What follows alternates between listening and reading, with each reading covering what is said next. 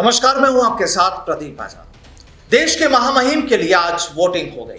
अब अगर गणित को देखा जाए, आंकड़ों की बात की जाए, तो जाहिर है एनडीए उम्मीदवार द्रौपदी मुर्मू देश की अगली राष्ट्रपति होंगी। खैर जो भी हो, सब सियासत का खेला है, क्योंकि कांग्रेस ने तो इस पर भी सवाल खड़े कर ही दिए। बहरहाल, अब बात कर लेते हैं राजस्थान की, सूबे की सियासत की, जहां एक बार फिर सीएम अशोक गहलोत अपना परचम फहराने की तैयारी में है। दरअसल यूं तो राजस्थान में विधानसभा चुनाव अगले साल ही होने हैं, लेकिन उससे पहले ही सीएम गहलोत अपने कुछ तेवर दिखाने की तैयारी में है। अब ये कहानी गुजरात से शुरू होनी है, जहां अगले 2-3 दिनों में गहलोत का दौरा भी है। आपको बता दें कि इस साल के आखिर में गुजरात में विधानसभा चुनाव होने हैं और कांग्रेस सुप्रीमो ने गहलोत को गुजरात का सीनियर ऑब्जर्वर बनाया है। यानी गुजरात में होने वाले विधानसभा चुनाव में कांग्रेस की ओर से सियासी देखभाल गहलोत के कंधों पर है।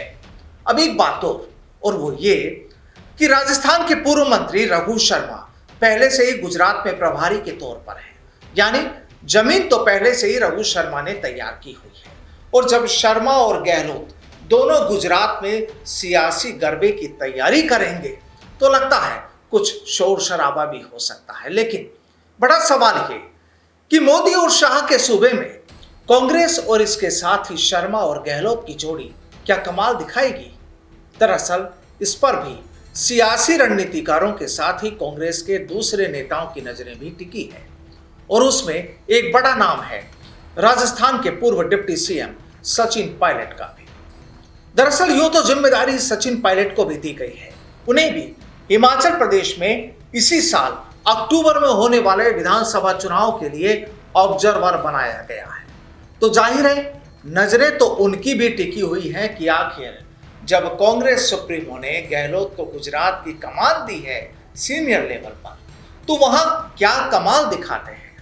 अब सीनियर ऑब्जर्वर बनाया है तो जाहिर है गहलोत के कंधों पर ज्यादा जिम्मेदारी है।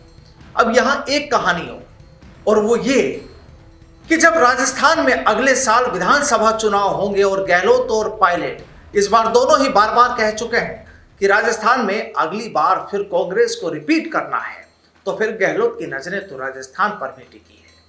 यानी अगर वो गुजरात में कुछ बड़ा कमाल दिखा जाते हैं तो राजस्थान को लेकर वो हाई कमान के सामने भी सीना चौड़ा करके खड़े हो सकते हैं। वहीं कुछ ऐसी ही तस्वीर पायलट के सामने भी है। लेकिन खेला मुश्किल लगता है, क्योंकि राजनीति का ऊंट किस करवट बैठ जाए आखिर तक कोई नहीं जान सकता। लेकिन हाँ, गहलोत की सोच ये जरूर हो सकती है कि गुजरात के जरिए वो राजस्थान को भी साध सकते हैं। कोशिश जरूर होगी।